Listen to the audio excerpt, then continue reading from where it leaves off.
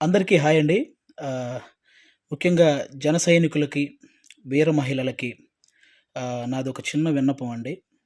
నేను ప్రొఫెషనల్‌గా కమెడియన్ అయ్యుండొచ్చు గానీ, పర్సనల్‌గా 80% మార్కులతో బీటెక్ కంప్లీట్ చేసి, ఈ సమాజం మీద, రాజకీయాల మీద, అలాగే వ్యక్తుల మీద, విలువల మీద, అన్నిటి మీద అవగాహన కలిగిన ఒక వ్యక్తిని నేను కూడా. ఆంధ్రప్రదేశ్‌లో ఓటు హక్కు ఉంది కాబట్టి జరుగుతున్న విషయాల మీద మాట్లాడే హక్కు నాకు కూడా ఉందని నేను మాట్లాడుతున్నాను. అంటే జనసేనకి 24 సీట్లు అని అనౌన్స్ చేయగానే చాలామంది పవన్ కళ్యాణ్ గారిని తిడుతున్నారు.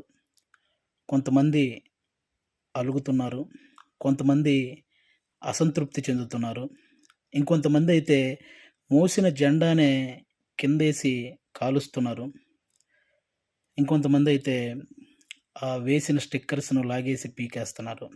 ఇవన్నీ చూసి నిజంగా మనసుకి చాలా, చాలా, చాలా బాధనిపించింది. ఒక్కసారి ఆవేశంతో కాకుండా మీ ఆత్మ సాక్షిగా ఆలోచించి చెప్పండి. తనను నమ్ముకున్న ప్రజలను కానీ, తనతో నడుస్తున్న నాయకులను కానీ మోసం చేసే వ్యక్తిత్వం పవన్ కళ్యాణ్ గారికుంటుందా అండి? పెట్టిన పార్టీకి సపోర్ట్ చేసే మనమే ఇంత ఆలోచిస్తే, ఒక పార్టీ పెట్టిన వ్యక్తి ఇంకెంత ఆలోచించుంటాడు. ఒక డెసిషన్ తీసుకోవడానికి తనలో తాను ఎంత మదనపడి ఉంటాడు. ఇది ఒక్కసారి ఆలోచించాలని మనస్ఫూర్తిగా కోరుకుంటున్నాను. 10 సంవత్సరాలుగా ఎటువంటి అవినీతి చెయ్యకుండా, తన సొంత కష్టార్జితంతో పార్టీని నడుపుతున్న గొప్ప నాయకుడు పవన్ కళ్యాణ్ గారు. అలాంటి వ్యక్తి గురించి మన శత్రువులు మాట్లాడినట్టు మనం కూడా మాట్లాడితే నిజంగా బాధ అనిపించిందండి. అంటే 24 సీట్లేంటి? అదేంటి? ఇదేంటి? అని. 2019లో కనీసం ఆయన్ను కూడా గెలిపించుకోలేని మనం, అదేంటి? ఇదేంటి? అని అడిగే హక్కు నిజంగా మనకుందంటారా? అరే! చిన్న పరీక్ష ఫెయిల్ అయితేనే ఇంట్లో నుంచి ఒక 10 రోజులు బయటికి రాము. అలాంటిది ఇంత పెద్ద ప్రజా సంగ్రామంలో 2 చోట్ల ఓడిపోయి కూడా రెండో రోజే సమస్య అనగానే పరిగెత్తుకుంటూ ఎళ్లి, ఆ సమస్యను సాల్వ్ చేసిన గొప్ప మనసు పవన్ కళ్యాణ్ గారిది.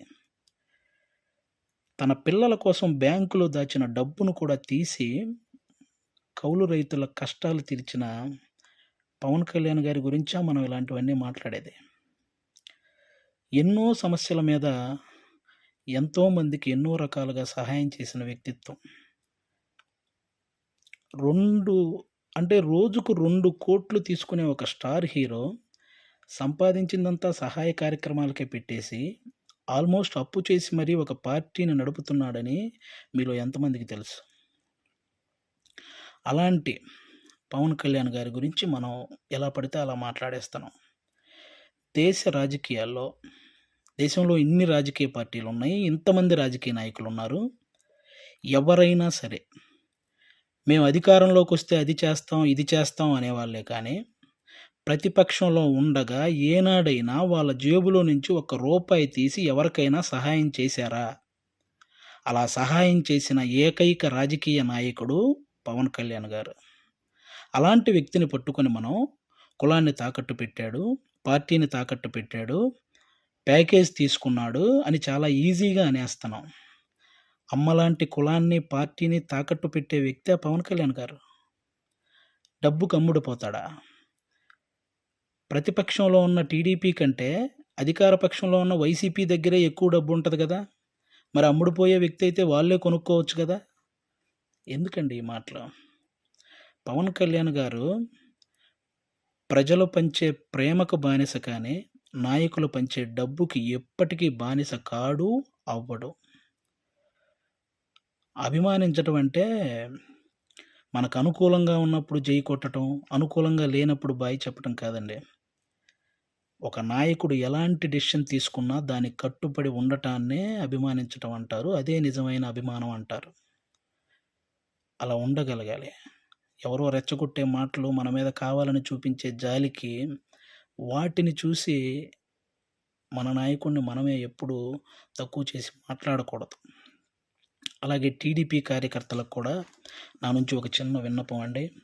2014లో ఒక్క సీటు కూడా ఆశించకుండా పూర్తి మద్దతు చంద్రబాబు నాయుడు గారికి ప్రకటించారు. ఆ త్యాగాన్ని గుర్తించాలని మనస్ఫూర్తిగా కోరుకుంటున్నాను. అలాగే 2023లో 14 సంవత్సరాలు ముఖ్యమంత్రిగా చేసిన ఒక వ్యక్తిని, పేద కుటుంబాల్లో ఎంతోమంది పేద విద్యార్థులు వాళ్ళు ఐటీ జాబ్ చేయొచ్చు, అమెరికాలోకెళ్ళి సెటిల్ అవ్వచ్చు అని ఈ ఐటీని తెలుగు రాష్ట్రాల్లో ప్రతి ఒక్కరికి పరిచయం చేసినటువంటి చంద్రబాబు నాయుడు గారు లాంటి వ్యక్తి ఒక 70 ఏళ్ల పైబడిన వ్యక్తిని జైల్లో పెడితే నిజంగా చాలామందికి బాధ అనిపించింది. అలాగే పవన్ కళ్యాణ్ గారు అక్కడికెళ్ళి కలవడం జరిగింది. పొత్తు అనేది పెద్ద సభలు పెట్టి ఆడంబరంగా చేసుకోవచ్చు. కానీ అలాంటి ఆడంబరాలు కోరుకోలేదు. అక్కడ కష్టాన్ని చూశాడు. ఆ జైలు ముందుకొచ్చి అక్కడే పొత్తును ప్రకటించాడు. ప్రకటించిన వెంటనే జన సైనికులందరికీ ఏం చూసించాడో తెలుసా? అవసరంలో మనం ఆదుకున్నాం కాబట్టి అనవసరంగా టీడీపీని ఎవరైనా తక్కువగా మాట్లాడడం కానీ, తప్పుగా మాట్లాడడం కానీ చేయొద్దని జన సైనికులందరికీ సూచించారు. ఒక సభలో మనం మాట్లాడేటప్పుడు జనసేన, టీడీపీ అని సంబోధిద్దాం. వాళ్ళు మాట్లాడేటప్పుడు టీడీపీ, జనసేన అని సంబోధిస్తారు అని కూడా చెప్పి కార్యకర్తల్లో ఒక ఉత్సాహాన్ని నింపారనమాట. అంటే ఒక పొత్తు ధర్మాన్ని ఇంతకంటే నిజాయితీగా పాటించే వ్యక్తి ఎవరైనా ఉంటారా? ఎక్కువ సీట్లు తీసుకొని ఇన్నే గెలిచాడా అనిపించుకోవటం కంటే, తక్కువ సీట్లు తీసుకొని అన్నీ గెలిచాడు అనిపించుకోవటం కరెక్ట్ అని భావించి 24 సీట్లకే పరిమితం అయ్యారు. కాబట్టి టీడీపీ కార్యకర్తలందరికీ రేపొద్దున ఆ 24 చోట్ల టీడీపీ కార్యకర్తల ఓటు ట్రాన్స్ఫర్ ఖచ్చితంగా జనసేనకు జరగాలి. ఆయన త్యాగాన్ని రుణం తీర్చుకోవాల్సిన సమయం వచ్చిందని నేను అనుకుంటున్నాను. అలాగే పవన్ కళ్యాణ్ గారి మాటని గౌరవించి జనసేన కార్యకర్తలు కూడా టీడీపీ నిలబడ్డ ప్రతి చోట ఆ ఓటు ట్రాన్స్ఫర్ జరగాలని మనస్ఫూర్తిగా కోరుకుంటున్నాను. చాలామందికి ఈ 24 సీట్లు ఏంటి, అదేంటి అని అసంతృప్తిగా ఉన్న వాళ్ళకి ఒక చిన్న ఎగ్జాంపుల్ చెప్తాను. మహేంద్ర సింగ్ ధోని క్రికెటర్ మీ అందరికీ తెలుసు. ఆయన వచ్చిన కొత్తలో స్టార్టింగ్‌లో డకౌట్ అయ్యాడు. ఆ తర్వాత మంచి మంచి షాట్లు కొట్టి ఒక 24 పరుగులు చేశాడు. ఇతనిలో గేమ్ ఉంది అని అందరికీ తెలిసేలా చేశాడు. ఆ తర్వాత గేమ్ చేంజర్ అయ్యాడు. ఆ తర్వాత గేమ్ విన్నర్ అయ్యాడు. ఫైనల్‌గా క్రికెట్‌నే శాసించాడు. మన నాయకుడు కూడా అంతే. స్టార్టింగ్‌లో 2 చోట్ల ఓడిపోయి ఉండొచ్చు. ఇప్పుడు 24 సీట్లతో 21 సీట్లతో అసెంబ్లీలోకి వెళ్ళొచ్చు. 3 పార్లమెంట్ సీట్లు గెలవచ్చు. రాజకీయం బాగా తెలిసినవాడు అని అందరూ అనుకోవచ్చు. ముందు ముందు ఆయనే గేమ్ చేంజర్ అవ్వచ్చు. ఆయనే గేమ్ విన్నర్ అవ్వచ్చు. మీరు చూస్తుండగానే ఈ రాజకీయాల్ని శాసించొచ్చు. కాబట్టి ఎప్పుడు ఎవరిని తక్కువగా, అంత ఈజీగా ఒక పార్టీ నడిపే అధ్యక్షుడు ఎంత ఆలోచించుంటే ఇవన్నీ చేస్తుంటాడని గుర్తుపెట్టుకొని మాట్లాడాలని మనస్ఫూర్తిగా కోరుకుంటున్నాను. ఆయన నిలబడ్డ 24 సీట్లు గెలిపించి ఒక మంచి పొజిషన్‌లో ఉంచండి. మన మనసులో ఉన్న పొజిషన్‌కి ఆయనే చేరుకుంటారు. థ్యాంక్ యూ అందరికీ. అంటే 10 సంవత్సరాల నుంచి పార్టీ నడుపుతున్న ఒక వ్యక్తికి 10 సీట్లు తగ్గగానే ఎలా పడితే అలా మాట్లాడుతుంటే 2 డేస్ నుంచి ఏం చేయాలో అర్థం కాక ఒకసారి నేను మాట్లాడాలనిపించి మాట్లాడాను. తప్పు మాట్లాడుంటే క్షమించండి. కరెక్ట్ మాట్లాడుంటే కన్విన్స్ అవ్వండి. Thank you. జై హింద్. జై జనసేన. Thank you.